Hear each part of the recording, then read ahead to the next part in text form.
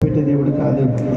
ఆత్మస్వరూపైన దేవుణ్ణి మనసారా మనం వాక్యాన్ని గ్రహించి భక్తుల్లాగా త్యాగాలు చేసి మనం దేవుడి కొరకు అడిగేస్తే మన కొరకు త్యాగం చేసిన దేవుడు మనం విడిచిపెట్టే దేవుడు కాదు. నేను విడువను ఎడబాయనని చెప్పిన దేవుడు. ఆ దేవునికి మనల్ని అప్పగించుకొని తీర్మానం చేసుకొని ప్రార్థన చేస్తున్నాం. దేవుడి మాటలు మన వినికులు దీవించిన గాక. అందరూ లేచి నిలబడదాం. అడవులు అరణ్యాల్లో దేవుని కొరకు వారి జీవితాలు త్యాగం చేశారు. దేవుని పెట్టారా, ప్రాణాలు పన్నంగా పెట్టి చరిత్ర పొట్టలో నిలబడిపోయారు. మరి ఈరోజు మన పరిస్థితి ఏంటి? ఏమండి, సులువైన మార్గాలు చూసుకుంటున్నాం, మంచి మంచి గ్రామాలు చూసుకుంటున్నామా? ఎక్కడ చేస్తే సేవ బాగుంటుందని చెప్పి అనుకుంటున్నామా? గ్రామాల పరిస్థితి ఏంటి? తండాల పరిస్థితి ఏంటి? గూడాల పరిస్థితి ఏంటి? దేవుడు మనకి పెట్టిన భారాన్ని బట్టి రెండయ్య సేవకు పోదామంటే ఇప్పుడు కాదులే, అమ్మా ప్రార్థన చేయనంటే ఇప్పుడు కాదులే, అమ్మా దేవుని పనిలో కొనసాగాలంటే ఇప్పుడు కాదులే అని వాయిదాలు వేసుకుంటూ బ్రతుకుతున్నావా? సహోదరి సహోదరుడా, ఇచ్చిన వయస్సును, ఇచ్చిన బలాన్ని, ఇచ్చిన జ్ఞానాన్ని, ఇచ్చిన సమయాన్ని వ్యర్థంగా తుంగలో తొక్కుతున్నావా? నీకు ఇచ్చిన సమయాన్ని బట్టి దేవుళ్ళు ఎక్కడుగుతాడు? నీకు ఇచ్చిన జ్ఞానాన్ని బట్టి దేవుళ్ళు ఎక్కడుగుతాడు?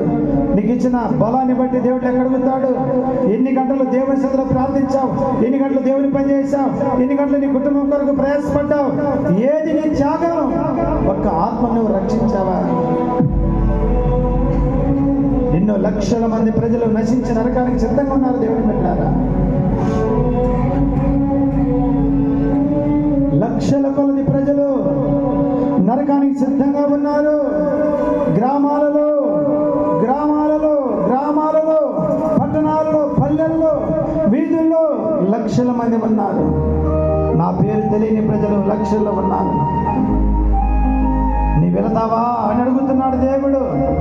నువ్వు త్యాగం చేస్తావా మరి కొరకు అని అడుగుతున్నాడు తమ్ముడు, చెల్లి. నీకు ఇచ్చిన భాగ్యాన్ని నువ్వు కాపాడుకుంటూ నా కొరకు వెళతావా? నా కొరకు వెళతావా?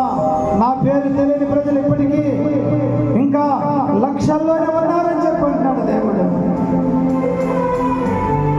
ఏది నీ త్యాగం? ఏది నీ త్యాగం? నా పేరే తెలియని ప్రజలు ఎందరు ఉన్నారు, నా ప్రేమను వారికి ప్రకటింప